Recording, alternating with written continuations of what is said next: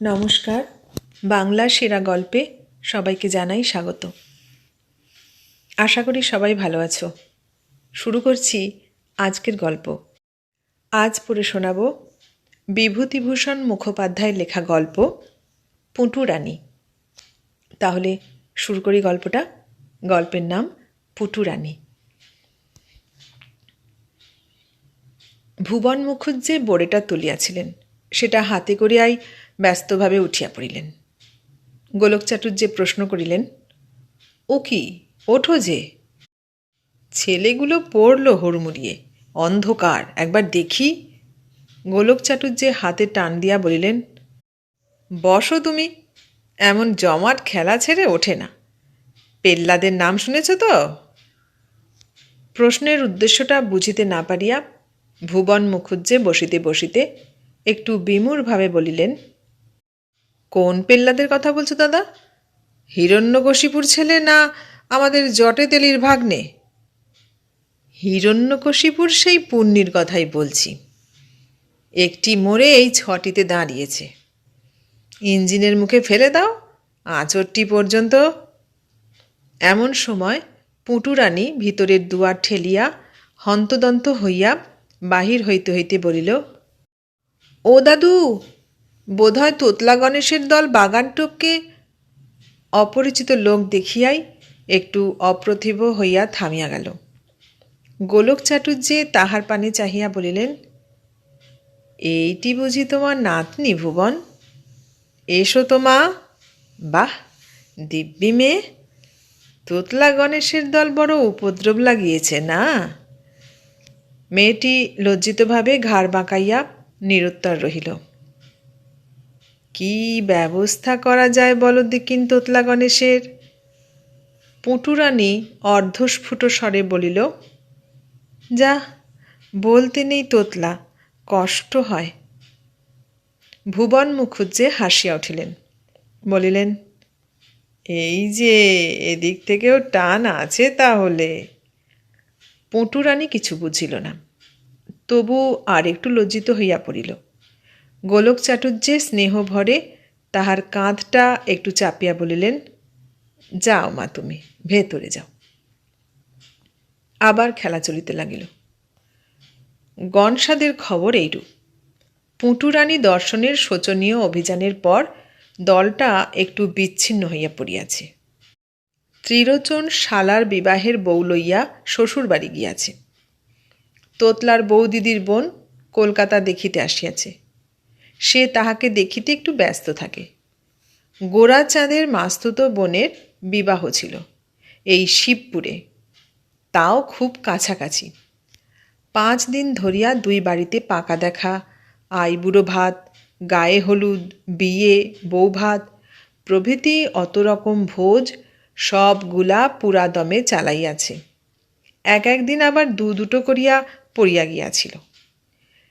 এর উপরন্তু আবার বউকে আনিতে শ্বশুর বাড়ি গিয়াছিল, তাল সামলাইতে পারে নাই। এখনও বাড়ি ফেরা হয় নাই। মাসির বাড়িতে থাকিয়াই ধীরে ধীরে আরোগ্য লাভ করিতেছে। মেশো কবিরাজ, খানিকটা সুবিধা আছে। গনসা, কে গুপ্ত আর রাজেন মনমরা হইয়া সমস্ত দিন ঘুরিয়া বেড়ায়। একটা সমস্যা সমাধান হইতেছে না। গোলক চাটুর্যে কি পুটুদের বাড়ি দাবা খেলিতে যায় মাঝে মাঝে, না বিশেষ করিয়া ওই দিনটিতেই গিয়াছিল তাদের মেয়ে দেখা পণ্ড করিবার জন্য? যদি যায় মাঝে মাঝে তো ব্যাপারটা খুবই নৈরাশ্যজনক। আর যদি ইহারা মেয়ে দেখিতে যাইতেছে বলিয়া বিশেষ করিয়া সেই দিনটিতেই গিয়া থাকে, তো ব্যাপারটা শুধু নৈরাশ্যজনক নয়, গুরুতর। কেননা এর মানে হয় গোলক চাটুর্যে ভেতরে ভেতরে সন্ধান লইতেছে, এবং যেখানেই এরা তোড়জোড় করিয়া মেয়ে দেখা কি পাত্রীপক্ষের সঙ্গে একটু ঘনিষ্ঠতার ব্যবস্থা করিবে, ও ওই রকম নিঃশব্দে গিয়া ভণ্ডুল করিয়া দিবে। স্টিমার ঘাটের জেটিতে 3 জনে আলোচনা হইতেছিল। রাজেন বলিল, তোর মামা, মনে আঘাত পাবি তাই বলতে পারি না, কিন্তু অন্য কেউ হলে বলতাম এটা নিছক শয়তানি। গনসা বলিল, অ্যাজ এ মাম্মা কিচ্ছু না বললি, কিন্তু অ্যাজ এ ম্যান ছাড়বি কেন? রাজেন বলিল, না শয়তান বলবো কেন, উনি গুরুজন, মাথায় করে রাখবার জিনিস। তবে ওর এটা মনে রাখা উচিত যে এটা ডেমোক্রেসির যুগ, যার যেরকম খুশি পাত্রী বেছে নিতে পারে। ওর 14 পুরুষের ভাগ্যে যে আজ তুই পুঁটুরানিকে পেলেই সন্তুষ্ট। কুমারী সঘর, ধর যদি তুই বিদ্রোহ করে বলিস যে আমি বিধবা বিবাহ করব, কি আমার ক্ষেত্র গুঁইয়ের নাতনির সঙ্গে ভালোবাসা হয়ে গেছে, তাকেই চাই বলে বিদ্রোহ করে বসিস। গনসা অলসভাবে রেলিংয়ে একটু হেলিয়া পড়িয়া বলিল, বিদ্রোহ করতে আর কদিন বা লাগে, কতদূর দৌড় সেইটে শুধু দেখে যাচ্ছি। তুই কোন মেয়েটার কথা বলছিস?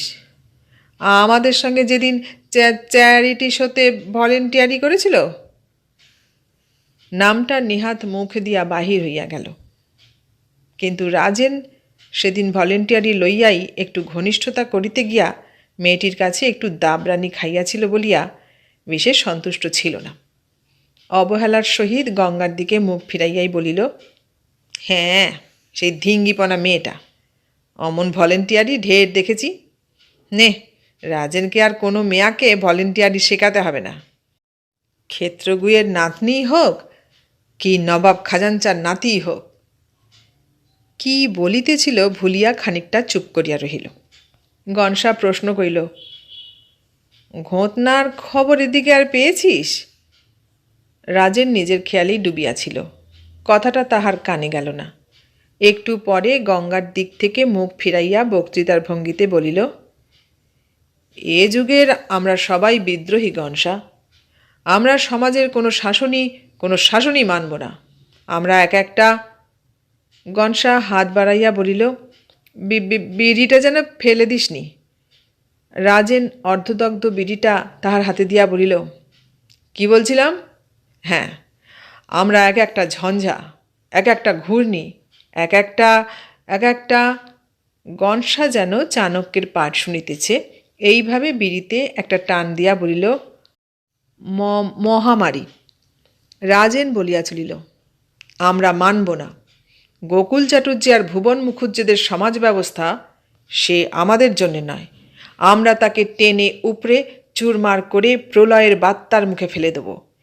সে এই পচা গলা মরচে ধরা ওই ঢিপিকে, যা সমাজের মুখোশ পরে আমাদের মনুষ্যত্বকে আড়ষ্ট করে রেখেছে, তাকে মহাকালের অপর তীরে উড়িয়ে নিয়ে যাব।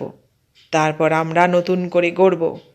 আমরা একালে নবযৌবনের নবীন আলোকদূতের দল, যার মধ্যে একদিকে আছে বাংলার যত গণেশ, কেগুপ্ত, ঘোতন, গোরাচাঁদ, আর অন্যদিকে আছে যত পুঁটুরানি, সাধনা গুঁই। বাংলার এই সম্মিলিত যুব মন নিয়ে আমরা এই পচা ধরা গলিত সবকে নতুন করে গড়ব। আমাদের নতুন আশা, নতুন উদ্যমের সাদৃশ্য করে একবার সামনে চেয়ে দেখুন। কি দেখছেন? শেষের প্রশ্নটা করিল কে গুপ্তের পানে চাহিয়া। সামনে গঙ্গার উপর কত নৌকা, ডাইনে গাদা বোট, স্টিমার, জাহাজ, ওপারে অসংখ্য বিদ্যুতের বাতি জ্বলিতেছে। ফোর্টের খানিকটা, তার পিছনে হাইকোর্ট, মনুমেন্ট প্রভৃতিরও ছায়াকৃতি একটু একটু দেখা যায়। কোনটা সে বলিবে বুঝিতে না পারিয়া কে গুপ্ত একটু যেন ধাঁধায় পড়িয়া গেল। রাজেন একটু সময় দিয়া উত্তর না পাইয়া বিরক্তভাবে কি বলিতে যাইতেছিল। গনসা বলিল, স্পষ্ট তো নতুন সূর্য দেখতে পাওয়া যাচ্ছে মশাই। চলো রাজেন, অনেকটা রাত হয়ে গেল। রাজেন রেলিং ছাড়িয়া দাঁড়াইয়া বিরক্তভাবেই টিকা করিল, নবযুগের নবীন সূর্য পাচ্ছেন না দেখতে? আপনি ঠিক সেই একরকম থেকে গেলেন মশাই, তালকানা। 3 দিন পরের কথা। ত্রিলোচন হঠাৎ চলিয়া আসিয়াছে। কে গুপ্তের নিকট শুনিল গোরাচাঁদের ছোটোখাটো কলেরার মতো হইয়া গিয়াছিল। কোনো রকমে এ যাত্রা রক্ষা পাইয়াছে। পথে রাজেনকে সঙ্গে করিয়া 2 জনে গনসার বাড়ি গেল এবং সেখান হইতে 4 জনে গোরাচাঁদের মাসির বাড়ি আসিয়া উপস্থিত হইল। খবর পাইয়া গোরাচাঁদ বাহির হইয়া আসিল। এখনও একটু একটু দুর্বল আছে, তবে যতটা না দুর্বল তাহার চেয়েও বেশি যেন দমিয়া গেছে। গনসা প্রশ্ন করিল, আজ আছিস কেমন? গোরাচাঁদ ক্ষীণ কণ্ঠে উত্তর করিল, আর থাকা। ত্রিলোচন বলিল, তুই মরবি কোনো দিন। শুনলাম 1 হপ্তার মধ্যে শিবপুরে 2 বেলা যত নেমন্তন্ন হয়েছিল। গোরাচাঁদ মুখ বিকৃত করিয়া সেইরূপ ক্ষীণ কণ্ঠেই খিঁচাইয়া বলিল, গা জ্বালানো কথা বলিস নে তিনে। আর এই 1 হপ্তা ধরে শুধু বালি আর লেবুর রস সার হয়েছে, সেদিকে কারোর নজর যায় না। রোগ কাটিয়ে পথিতে মারা যেতে বসেছি, তোদের যেন তামাশা লেগে আছে। রাজেন বলিল, পরশু সকালে বলি ভাত দেবে। গোরাচাঁদ বলিল, পোড়ের ভাত, কাঁচকলা আর ডুমুরের ঝোল, শুধু দিনের বেলা, তাও ওষুধের মতো দাগে দাগে মাপা। মাসি আদর করে খাওয়াবার ছুতো করে পাখা হাতে সামনে বসে, যাতে 1 মুঠো ফালতু না তুলতে পারি। তার ওপর মেশো মাসিকে মিনিটে মিনিটে সাবধান করেছে, ওগো প্রাণটা আগে। প্রাণ আছে কি না আছে সেদিকে কারুর হুঁশ নেই। গনসার একটা গুণ, দলের মধ্যে কেহ নিজের দুর্বলতা লইয়া সত্যিকারের ব্যথা অনুভব করিতেছে দেখিলে, ভুল হোক ঠিক হোক তাহারই পক্ষ লইয়া দাঁড়ায়। হাসিয়া বলে, খাওয়ার আগে প্রাণ, এ তো না নতুন কথা শুনছি। তাহলে তো রোগের আগে ওষুধ দিয়ে বসবেন কোনো দিন দেখছি। তুলনাটি যেমনই হোক, মেসোমশাই কবিরাজ বলিয়া গোরাচাঁদের মনের গ্লানিটা একেবারে কাটিয়া গেল। হাসিয়া বলিল, তুই ऐसा লাক্সই উপমা ঝাড়তে পারিস গনসা, রোগের ওষুধই বটে। বাজে কথা থাক, একবার ওদিকে চল যাই। মস্ত বড় একটা দরকারি কথা আছে, এখানে সুবিধা হবে না। বাড়ির লাগোয়া একটা পুকুর, তাহার 2 দিকে বাঁধানো ঘাট। সুবিধার জন্য সকলে ওদিককার ঘাটের দিকে চলিল। ত্রিলোচন আবার প্রশ্ন করিল। গোরাচাঁদ ঔৎসুক্যটা জমাট করিয়া তুলিবার জন্য বলিল, চল না, বলবার জন্যেই তো যাচ্ছি।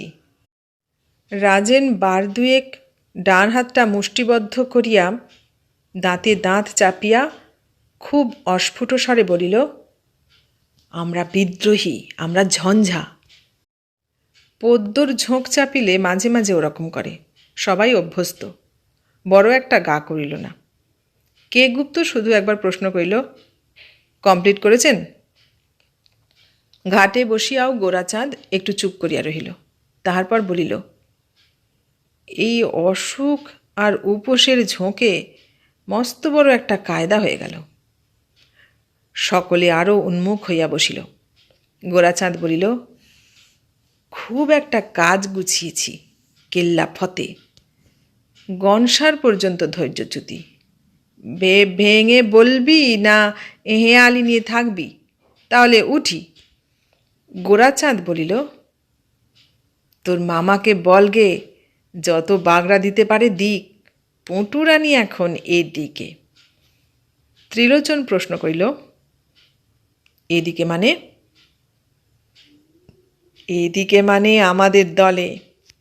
আমার মাস্তুতো বোনের সই হয় কি না, এ বাড়িতে খুব আনাগোনা আছে। একটু একটু করে এসে ভাব জমিয়ে ফেলেছি। এখন গোরাচাঁদ বলতে অজ্ঞান। অষ্টপ্রহর তো আমার ঘরেই বসে থাকে। কোনো দিন স্কুল গেল, কোনো দিন বা গেলই না। ঠাকুরদাদার কাছে একটা বাজে ছুতো করে এসে বসে রইল। ত্রিলোচন প্রশ্ন করিল, খুব ধূর্ত বুঝি? গোরাচাঁদ বলিল, 1 নম্বর। গনসাকে যা নাকানি চোবানি খাওয়াবে। গনসা হৃষ্টচিত্তে একটু ব্যঙ্গ সহকারে বলিল, লে ওর দাদামশাইকে পাঠিয়ে দিতে বলিস। রাজেন, একটা বিড়ি চার দিকিন। রাজেন একটা বিড়ি বাহির করিয়া দিয়া গোরাচাঁদকে প্রশ্ন করিল, এতক্ষণ ধরে কি কথা হয় তোদের? গোরাচাঁদ বলিল, আমাদের খেলার। ভলেন্টিয়ারির বাইরে গিয়ে আমরা কোথায় কি করেছি না করেছি সেই সব গল্প। ভয়ানক ভালোবাসে শুনতে, খুঁচিয়ে খুঁচিয়ে জিজ্ঞেস করে। ভলেন্টিয়ারি করা, বাহিরে যাওয়া প্রভৃতির শেষ পর্যন্ত কি মর্মান্তিক পরিণাম হয় স্মরণ করিয়া কে গুপ্ত বলিল, গল্পগুলো আগাগোড়া বলেন না তো মশাই? গোরাচাঁদ বলিল, আমায় সেই রকম কাঁচা ছেলে পেয়েছেন? গল্পগুলো বলবার আমার ভেতরের মতলবটা কি বলুন দেখিন। আমি স্রেফ ভাবছি গল্প বলে বলে কি করে ওর মনটা গনসার ওপর বসাবো। কি করে? ত্রিলোচন প্রশ্ন করিল। বসেছে বলে মনে হয়? গোরাচাঁদ একটু রহস্যপ্রবণ হইয়া উঠিল, বলিল, ভাই রে, নারীর মন। 3 বছর বিয়ে করেছি, গিন্নির মনেরই এখনো পাত্তা পেলাম না, পটুরানী তো দূরের কথা। তবে হ্যাঁ, এইটুকু দেখেছি, গনসার গল্প হলে আর কিছু চায় না। আহার নিদ্রে ভুলে যায় বললেও বড় একটা বেশি বলা হয় না। আমি গল্প বলে যাই, ও মুখের দিকে চেয়ে থাকে। কত রকম ভাব খেলে যায় মুখে, কখনো হাসছে, কখনো গনসার বীরত্ব দেখে শিউরে উঠছে, কখনো আহা বলছে। এক রকমারি কাণ্ড। কী রকম মনে হয় রে রাজেন? রাজেন বলিল, পৃথ্বীরাজ সংযুক্তা, আমি চ্যালেঞ্জ করছি, ভুবন মুখুজ্জে স্বয়ম্বর সভা করুক, পুটুরানী যদি লাট বেলাটকে ছেড়ে গনসার গলায় মালা না দেয় তো রাজেনের নামে একটা কুকুর পুষিস। গোরাচাঁদ বলিল, আমারও তো ওই রকমই মনে হয়। অবশ্যই স্বয়ম্বর আর আজকাল কে করছে, সে যুগই নয়। রাজেন উদ্দীপ্ত হইয়া উঠিল। সে যুগকে ফিরিয়ে নিয়ে আনতে হবে। আমরা সইব না গোকুল চাটুর্যে আর ভুবন মুখুজ্জেদের অত্যাচার। যুগ যুগ ধরে কত সংযুক্তা জয়সিংহদের অত্যাচারে অন্তপুরের ভ্যাবসা ঘরের মধ্যে কুঁকড়ে গুটিয়ে অকালে ঝরে পড়েছে। আমরা আর সইব না। আমরা তাদের কানে বিদ্রোহের অগ্নিমন্ত্র দেব। আমরা বিদ্রোহী, আমরা। ত্রিলোচন বলিল, ভালো কথা মনে পড়ে গেল, যুগ তো ফিরেই এসেছে। শালার বিয়ের সব ঠিকঠাক। কলকাতা থেকে আমার শ্বশুর আর খুড়শ্বশুর, মানে যোগুদা আর কি, দুজনে কোণে পছন্দ করে আশীর্বাদ করে এলো। পরশু বিয়ে। বাড়িতে আত্মীয় কুটুমে থই থই করছে। এই প্রায় এমনি সময় হঠাৎ এক মোটর এসে উপস্থিত। একজন আগে, একজন পেছনে করে দুজন মেয়ে এসে নামল। পায়ে হিলতোলা জুতো, হাতে ভ্যানিটি ব্যাগ। গট গট করে এগিয়ে এসে আগেরটা বললে, আমি অমিতার বরদিদি, আর ইনি অমিতার বন্ধু। যখন আপনারা ছেলে দেখতে যান তখন আমি ছিলাম না, এলাহাবাদে প্রফেসরি করি। কাল এসে পৌঁছেছি, ছেলে দেখতে এলাম। এলাহাবাদের মতোই চেহারা। দেখতে দেখতে ভিড় জমে গেল। শ্বশুরের গলা শুকিয়ে গেছে। বললেন, এ তো পরম সৌভাগ্য। কর্তা একবার দেখেই গেছেন, আপনিও যদি দেখতে চান সে তো ভালোই। হাতটা উল্টে ঘড়ি দেখে নিয়ে বললে, কর্তা তো ছেলে বুঝবেন না, তাই একবার আসতে হলো। অমিতা নিজেই আসতো, কিন্তু একটু লাজুক, তাই তার বন্ধুকে নিয়ে এলাম। এর নাম মিস লতিকা লাহিড়ী। বেথুনে এবারে নাম লিখিয়েছেন। শ্বশুরমশাই ভয়ে ভয়ে লতিকা লাহিড়ীকে একটা নমস্কার করলে। যোগুদার দোকানে গিয়েছিল, একজনকে ডেকে আনতে ইশারা করে দিয়েছিল। যোগুদা এসে এক পাশে গুটিসুটি মেরে দাঁড়ালো। এ তো মুগুর ভাজাও নয়, বক্সিংও নয়, এ বাবা অমিতার দিদি আর বন্ধু। দিদি যোগুদার দিকে একবারটি আড়ে দেখে নিলে, তারপর শ্বশুরমশাইকে বললে, বড় বোন আর বন্ধু দুজনে দেখে যাচ্ছি, যদি আমাদের পছন্দ হয় তো অমিতারও পছন্দ হবে বলে আশা করা যেতে পারে। তবে আমাদের দুপক্ষেরই কর্তব্য হচ্ছে ওদের পরস্পরকে একবার মোকাবিলা করিয়ে দেওয়া। বিয়ে তো ওদেরই কি না? হঠাৎ যোগুদার দিকে চেয়ে বললে, আপনি কি বলেন? যোগুদার তাক লেগে গেছিল, হাঁ করে অন্যমনস্ক হয়ে চেয়েছিল। চমকে উঠল। এ তো মুগুর ভাজাও নয়, বক্সিংও নয়। আমতামতা করে বললে, আমিও সেই কথাই বলছিলাম। পাত্রীর দিদি হাতটা ঘুরিয়ে আবার ঘড়িটা দেখে বললেন, তাহলে আর আমাদের সময় নেই, এত ভিড় কিসের? যোগুদা দাবরানি দিতে ছেলে মেয়েদের দল পালিয়ে গেল। ওদের দুজনকে বৈঠকখানায় এনে বসানো হলো। রাজেন কতকটা আক্রোশের স্বরে বলিল, নবযুগ নবযুগ, ছেলেকে এসেও জড়সড় হয়ে বলতে হলো তো। কি নাম, কত দূর পড়েছ? একবার নামটি লেখো তো, লেখার ছাঁদটা দেখি। উফ, তাদের পায়ের ধুলো নেবার ইচ্ছে করছে আমার। ত্রিলোচন এদিকে কান দিল না, যেমন বলিতেছিল বলিয়াই চলিল। আগে শ্বশুর উঠে গেল। যোগুদাকে বললে, তুমি বসো, আমি গজুকে নিয়ে আসি। দেরি হচ্ছে কেন দেখি বলে যোগুদাও সটকে পড়ল। জল খাবার নাম করে আমি উঠে গিয়ে দেখি বিচুলি গাদার পেছনে দুজনে চাপা গলায় জোর বচসা লাগিয়ে দিয়েছে। ছেলে দেখাবে কি সম্বন্ধ ভেঙে দেবে। শ্বশুর ফর, যোগুদা এগেনস্ট। শেষকালে শ্বশুরের কথাই রইল। অনেক দূর এগুনো গেছে, শ্বশুর শাশুড়িও এরকম ধরনের লোক নয়। ছেলেকে দেখিয়ে দেওয়াই হোক।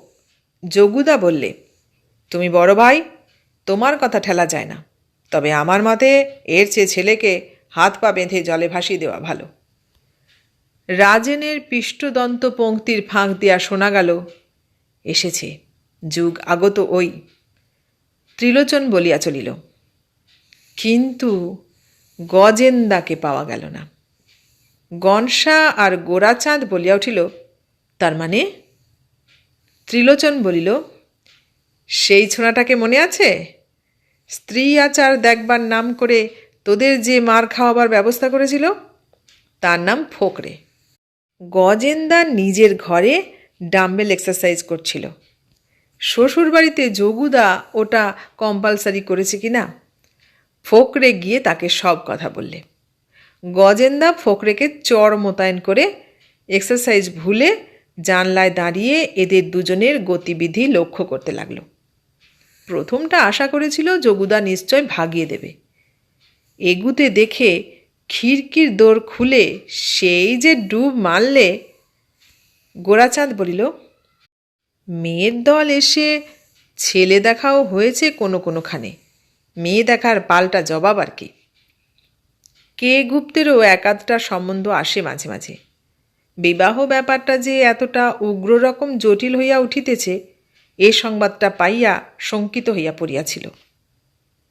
গোরাচাঁদের কথায় কতকটা আশ্বাসের স্বরে বলিল, তবে ছেলেদের একটা সুবিধে এই যে তারা এই রকম পালিয়ে যেতে পারে। আবার পূর্ব প্রসঙ্গটা ফিরিয়া আসিল। গোরাচাঁদ বলিল, তা পুঁটু নতুন যুগের মেয়ে, তাতে একটুও সন্দেহ নেই। এখন নেহাত একটু বয়স কম আর দাদামশাইয়ের আওতায় রয়েছে, তবুও এক একটা যা চোখা চোখা বুলি ঝাড়ে। এখন কথা হচ্ছে, যা করতে বসেছি আমরা তা কি করে করা যায়। আমি তো অনেকটা এগিয়ে এনেছি গল্প স্বল্পর মধ্য দিয়ে। আগে তোতলা গণেশ বলতো, এখন বলে গণেশদা। কিন্তু কথা হচ্ছে, মনের মধ্যে প্রেম সঞ্চার না করে দিলে তো কাজ হবে না। এখন ব্যাপারটি দাঁড় করাতে হবে যাতে অন্য জায়গায় বিয়ের নামেই মুখ গোঁজ করে দাঁড়াতে পারে। কিন্তু তা কি শুধু গল্পের মধ্য দিয়েই সম্ভব? রাজেন, কি বলিস?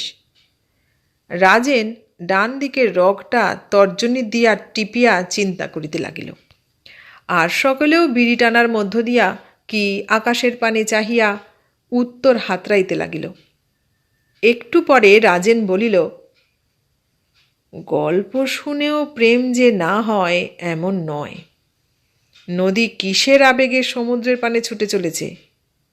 তবে দেখা সাক্ষাৎ আদান প্রদান হলে প্রেম যেমন দানা বাঁধতে পারে, শুধু গল্প শুনে।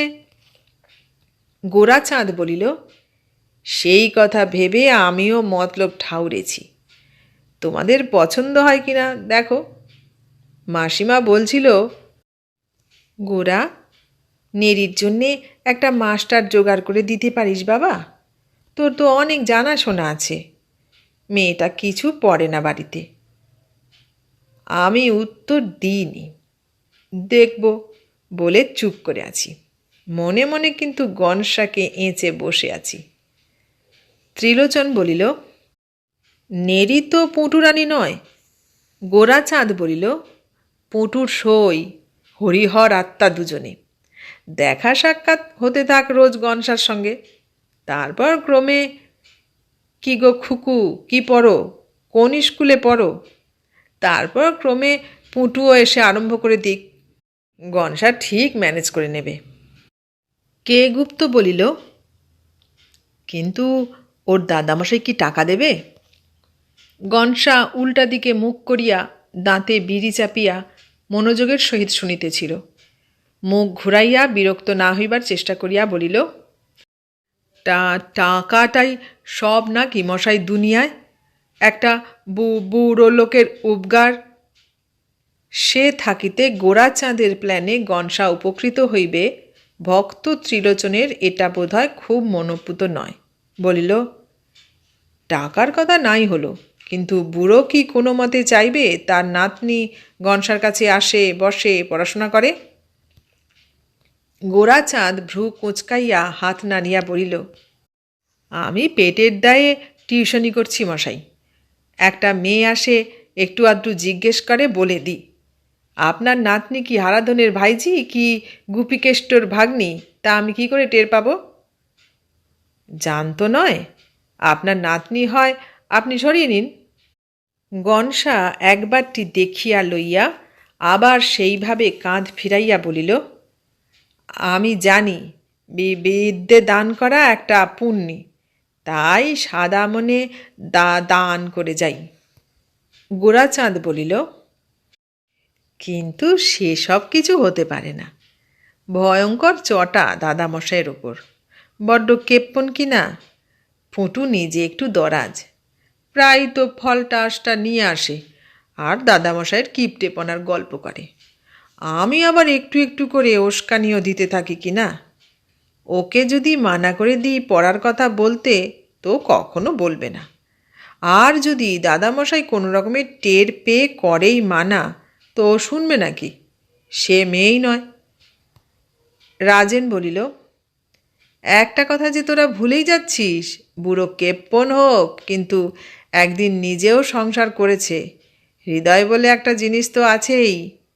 যখন বুঝতে পারবে নাতনির জীবন মরণ সমিষ্যে, তখন কি আর পুরনো কথাই ধরে বসে থাকতে পারবে? সকলে খানিকক্ষণ চুপ করিয়া রহিল।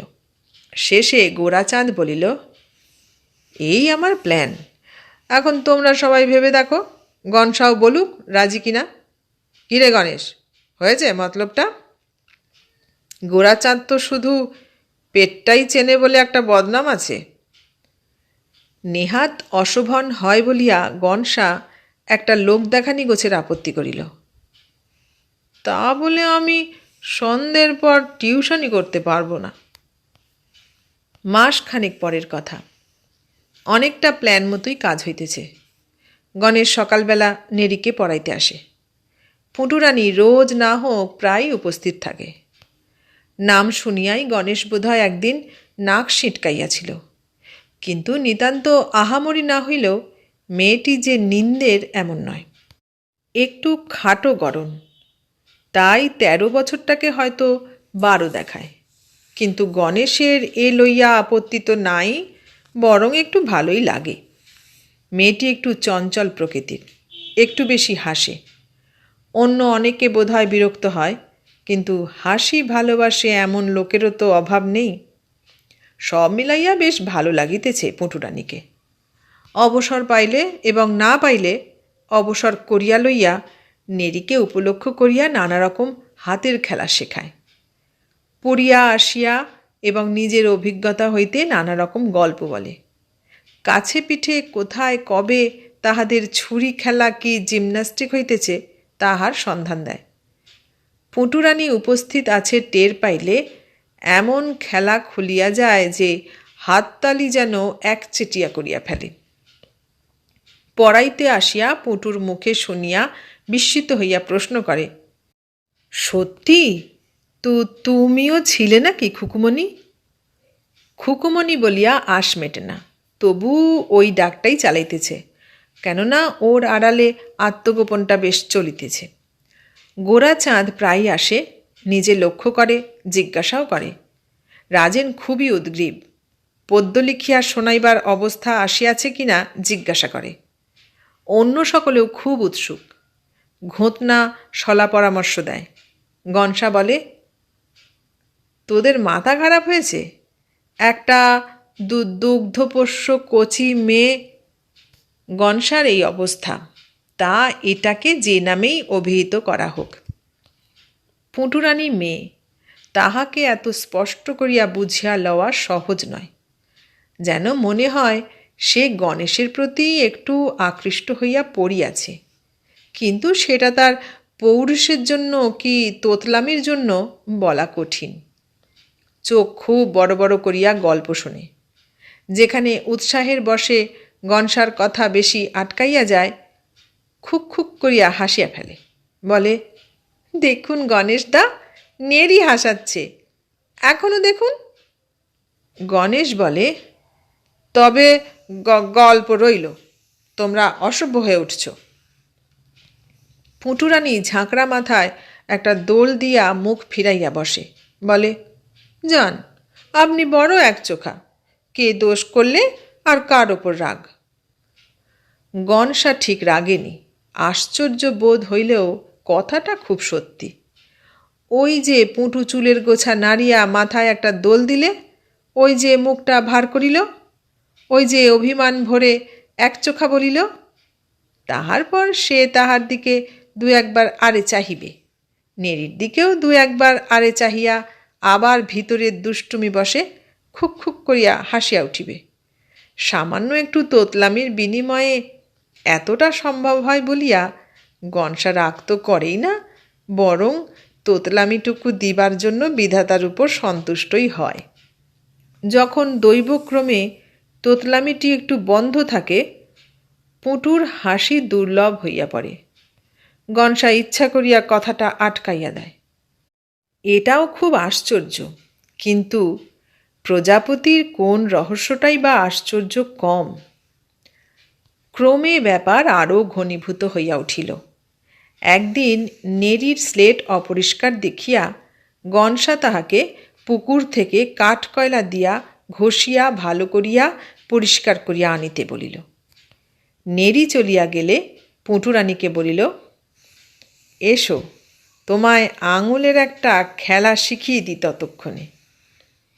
একটু সুতার দুইটা মুখ বাঁধিয়া কয়েকটি আঙুলের মধ্যে জড়াইয়া দুইটা হাত জোর করিয়া ধরিয়া বলিল, নাও, এবার সুতোটা খোলো দিকিন।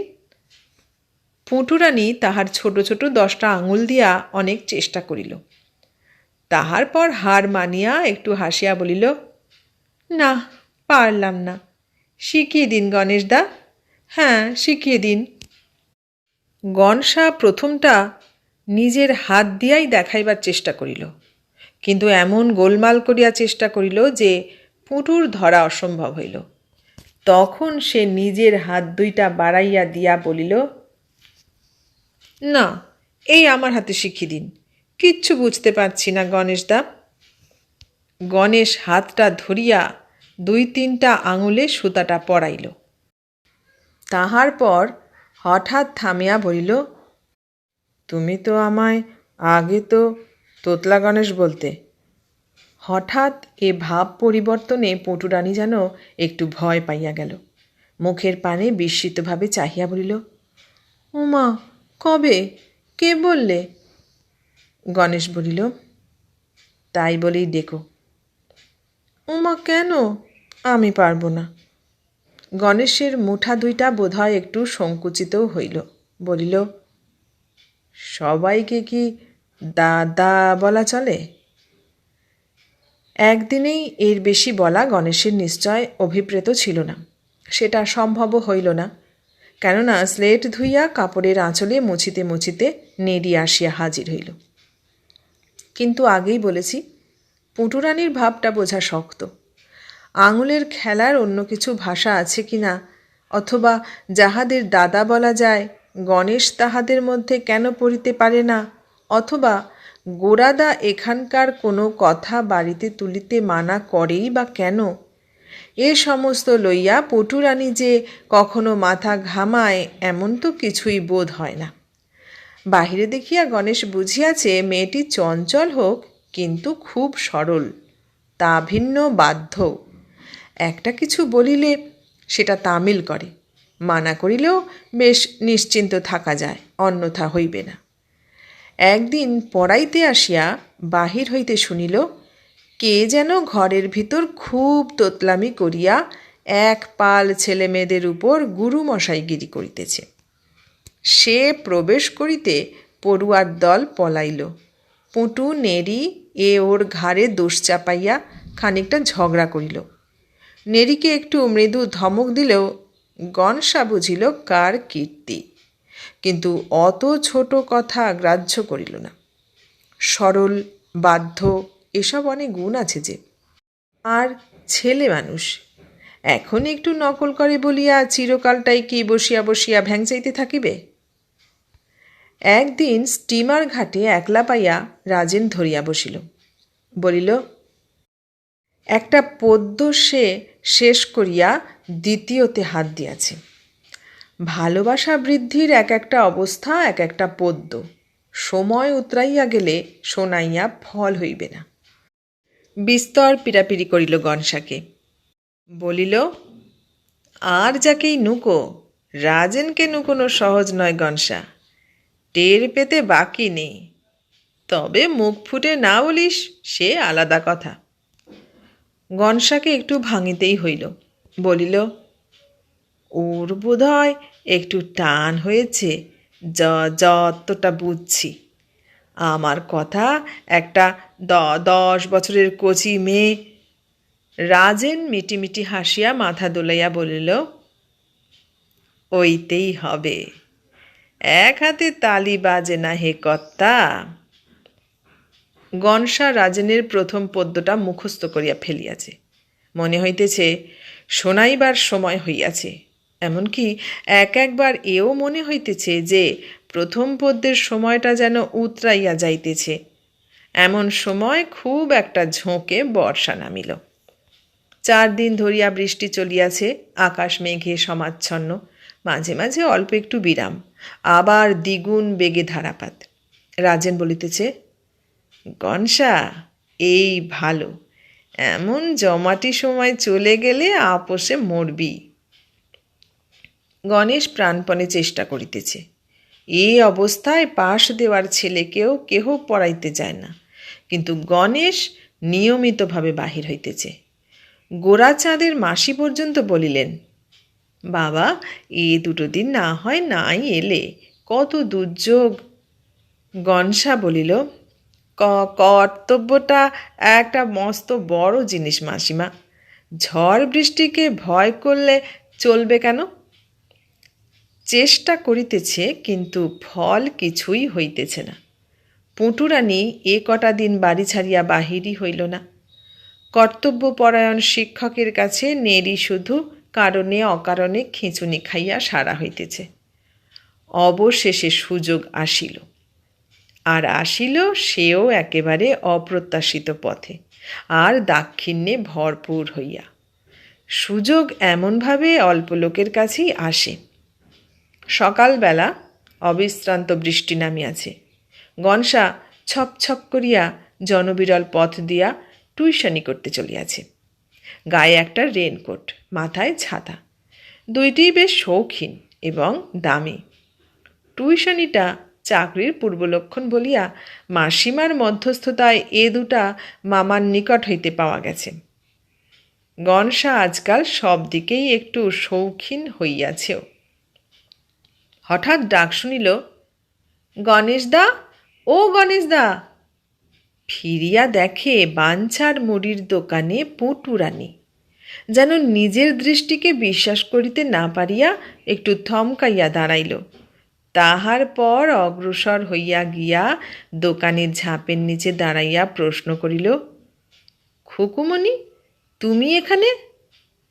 পুঁটুরানী বলিল, ভাগ্যিস আপনি যাচ্ছিলেন এদিক দিয়ে। আমি বাঞ্ছার দোকানে মুরগি আর দানাদার নিতে এসেছিলাম। এই বৃষ্টিতে? বৃষ্টি তখন কোথায়? তাই ভাবলাম খিদে পেয়েছে, যাই চট করে নিয়ে আসি। নিয়ে বেরোতে যাব, কি বৃষ্টি কি বৃষ্টি। আমায় নিয়ে চলুন আপনার ছাতার মধ্যে, আসি। সাফল্যে গনসার আর যেন কথা জোগাইতেছিল না। কম করিয়া ধরিলেও মিনিট 5 পথ হইবে এখান থেকে পুঁটুদের বাড়ি। বর্ষার পথ, সেটাকে টানিয়া 7-8 মিনিট করা মোটেই অসম্ভব নয়। এতটা সময় পুঁটুরানী আর সে এক ছাতার মধ্যে। জনহীন পথ, অঝোর ধারায় বর্ষা। গনসা আজকাল বেশ একটু রাজেনের ছোঁয়াছো পাইয়াছে। কি যে করিবে যেন ভাবিয়া পাইতেছে না। দোকানে এক বুড়ো বাঞ্ছা ভিন্ন আর কেহ নাই। গনসা বলিল, থামো, শুধু ছাতায় ঠিক হবে না তো? আমার রেনকোটটা একটু মুড়ে মারে তোমায় পরিয়ে দিই, নইলে কাপড়টাতে ঝাপটা লেগে ভিজে যাবে। ভিতরে গিয়ে কোটটা খুলিল। পুঁটুরানীর প্রথমটা ভয়, তাহার বেশ একটা মজার কৌতূহল হইল। একটু আপত্তি করিল, মেয়ে কখনো ওসব পরে, আর অত বড়। তাহার পর রাজি হইল। গনসা উপরের ভাগটা আর হাত 2টা মুড়িয়া দিয়া দিব্য ফিটফাট করিয়া পড়াইয়া দিয়া কোমরে বেল্টটা জড়াইয়া দিল। পুঁটুরানী ঝাঁপের নিচে আসিয়া বলিল, আর আপনার? বারে, বাঞ্ছারাম কি করিতে ওদিকে ফিরিয়াছিল। গনসা বলিল, আমার কথা তো তোমায় ভাবতে হবে না। সাহস করিয়া আরেকটু জুড়িয়া দিল, এখন। ছপ ছপ করিয়া দুজনে চলিয়াছে। পুঁটুরানী কৌতুকে একবার শিহরিয়া উঠিতেছে। একবার বলিল, ভাগ্যিস আপনি যাচ্ছিলেন এই পথ দিয়ে। ভাগ্যটা যে কার আর কত বড়, গনসা সেটাই ভাবিতেছিল। কোনো উত্তর দিল না। পুঁটুরানী একবার আহ্লাদে শিহরিয়া উঠিয়া বলিল, আর বেশ গরমও হয় এগুলো, না গণেশদা? সঙ্গে সঙ্গেই বলিয়া উঠিল, না গণেশদা, আপনার সঙ্গে আরই। সোজা কেন? না বলিয়া গণেশ একটু রসিকতা করিয়া প্রশ্ন করিল, গণেশদার অপরাধ? একটু মুখ ঝামটার স্বরেই পুঁটুরানী বলিল, আপনি কেন ও বুড়োর সামনে আমায় খুকুমণি বললেন? আমার যেন নাম নেই। আজ গণেশ কাহার মুখ দেখিয়া উঠিয়াছে, কিন্তু পথ তো প্রায় অর্ধেক হইয়া গেল। গণেশ একটা অছিলা হিসাবে একটা পায়ের জুতা খুলিয়া ফেলিল। তাহার পর সেটার জল ফেলিয়া পায়ে দিতে দিতে বলিল, কি নাম তোমার? বর্ষাটা যেন আরও জোর হইয়া ওদের দুজনকে 4 দিক হইতে আলাদা করিয়া ফেলিয়াছে। পুঁটুরানী বলিল, কেন, মৃণালিনী জানেন না?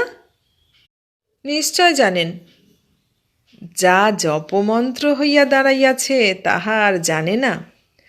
গনসার কুণ্ঠা আসিতেছিল, কিন্তু হাতে পাওয়ার সুযোগকে আর হাতছাড়া করিল না। আর একটা পায়ের জুতা খুলিয়া আর একটু সময় লইল। বলিল, মৃণালিনী? মৃণালিনী? বাহ, বেশ মিষ্টি নাম তো। মেয়েদের মন। হঠাৎ কি হইল, পুঁটুরানী যেন একটু লজ্জিত হইয়া পড়িল। অপেক্ষাকৃত নিম্নকণ্ঠে বলিল, যা, মিষ্টি না আরও কিছু। গণেশ হয় লক্ষ্য করিল না, না হয় গ্রাহ্যই করিল না।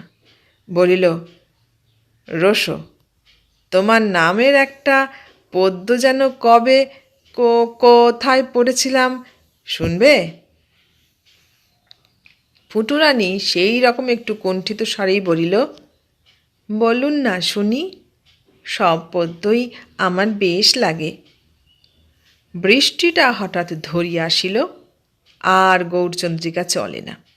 গণেশ রাজেনের পদ্যটা শুরু করিয়া দিল।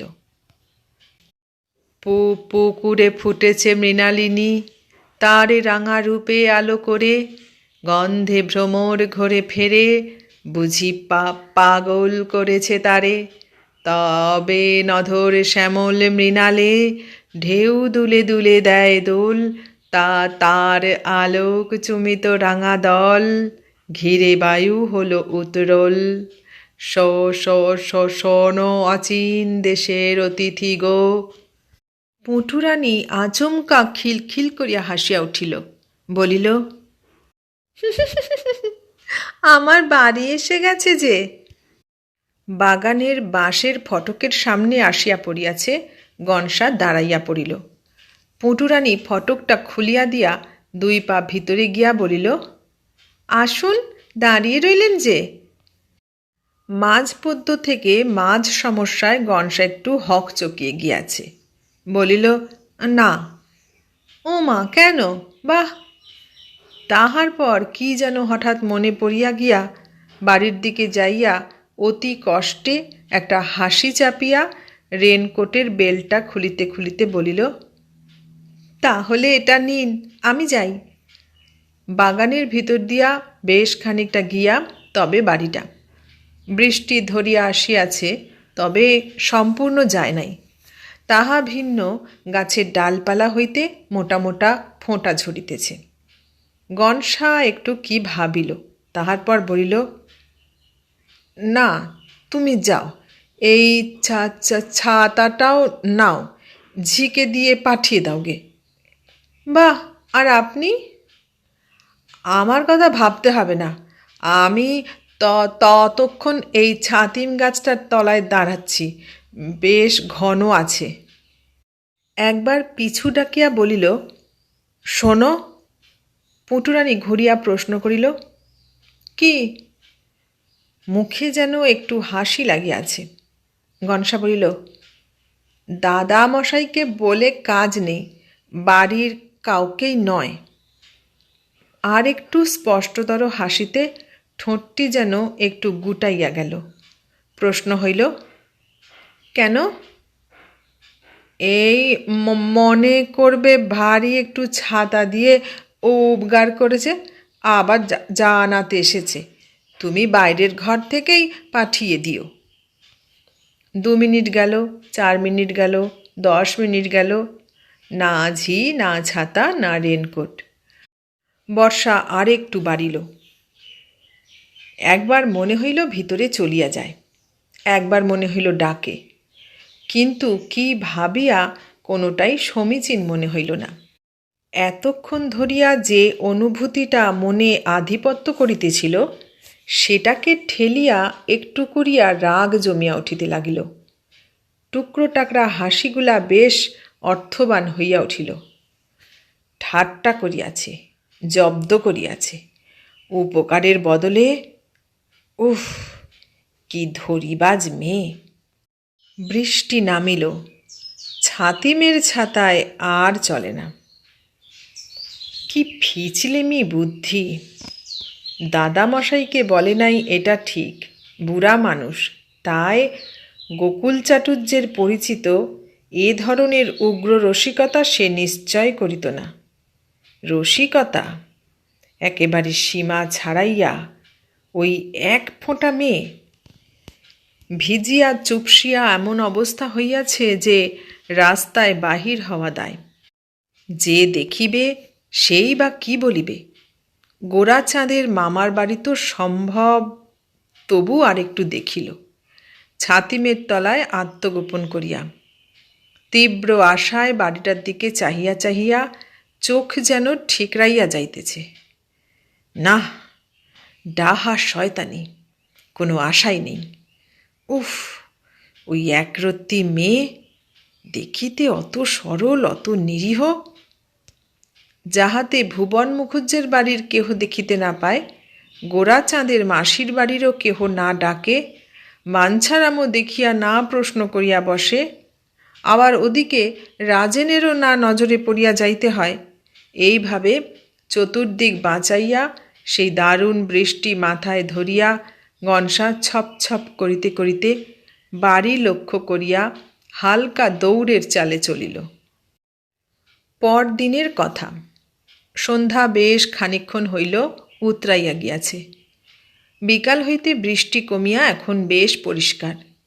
নিজের বাড়িতে বাহিরের দিকে একটা ঘরে গণেশরা বসিয়া আছে সকলেই। গনসার শরীরটা ভালো নয়, মনটা একেবারেই ভালো নয়। ছাতা রেনকোটের কথা সবাই জানে, উদ্ধার করা একটা সমস্যা হইয়া উঠিয়াছে। ঘরটা একটেরে, গোকুল চাটুর্যের ঘর থেকে অনেকটা দূরে।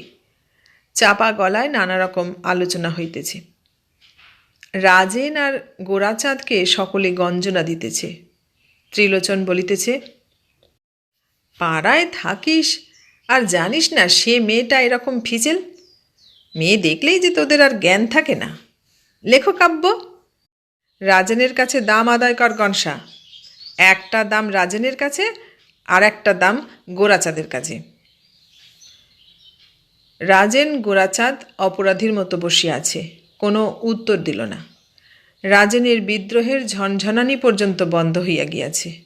শুধু একটা দীর্ঘশ্বাস ফেলিয়া বলিল, উফ, নারী চিররহস্যময়ী। গনসা নিরুদ্যম কণ্ঠে বলিল, ওদের আর দোষ কি? চিরকেলে অবশ। উপকার করতে গিয়েছিলাম, শিক্ষা হলো। ওসব বাই এবার থেকে ছাড়লাম। হকের জিনিস দুটো পছন্দ করে কিনেছিলাম। কে গুপ্ত বলিল, কালীঘাটে 2 টাকা মানসিক করুন না মশাই, অনেক সময় তাতে এসে যায় হকের জিনিস হলে। ওদিক দিয়া কে যেন আসিয়া গোকুল চাটুর্যের ঘরে গেল। দলটা অল্প একটু অনুসন্ধিৎসু হইয়া উঠিল। ঘোঁতনা বলিল, বোধহয় ভুবন মুখুজ্জে, মাঝে মাঝে সে আসে দাবা খেলতে। গোরাচাঁদ বলিল, কি মতলববাজ, নাতনিটি কি ঠিক সেই রকম গজি উঠেছে? গনসা কি ভাবিতেছিল। কে গুপ্তর কথায় উত্তর দিয়া বলিল, 2 টাকা? কি বলছেন মশাই? আমি ও দুটোর জন্যে 25 টাকা মানসিক করতেও পেছ পাও নই। কত বেছে বেছে সে। এমন সময় ঘরে একটা ছায়া পড়িল। ভিতরের দরজা খুলিয়া গোকুল চাটুর্যে প্রবেশ করিয়া প্রশ্ন করিলেন, গনসা আছে এখানে? এই যে রয়েছিস, তোর ছাতা আর রেনকোট। সামনের টেবিলের উপর রাখিয়া আবার আস্তে আস্তে চলিয়া গেলেন। কে দিল, কোথা হইতে আসিল, কি ভালো মন্দ একটা মন্তব্যই করা কিচ্ছু না। মিনিট 10 পর্যন্ত ঘরটাতে আর কোনো সাড়াই রহিল না। আর এটাও জানা কথা যে গনসা কালীঘাটে 2 টাকাই হোক বা 25 টাকাই হোক, কোনো মানসিকই দেয় নাই আজ পর্যন্ত। এতক্ষণ শুনলে বিভূতিভূষণ মুখোপাধ্যায়ের লেখা গল্প পুঁটুরানী। কেমন লাগলো গল্পটা? ভালো লাগলে লাইক কমেন্ট শেয়ার করো, আর নতুন বন্ধু হলে সাবস্ক্রাইব করার অনুরোধ রইল। সবাইকে অনেক ধন্যবাদ জানিয়ে আজ এখানেই শেষ করলাম।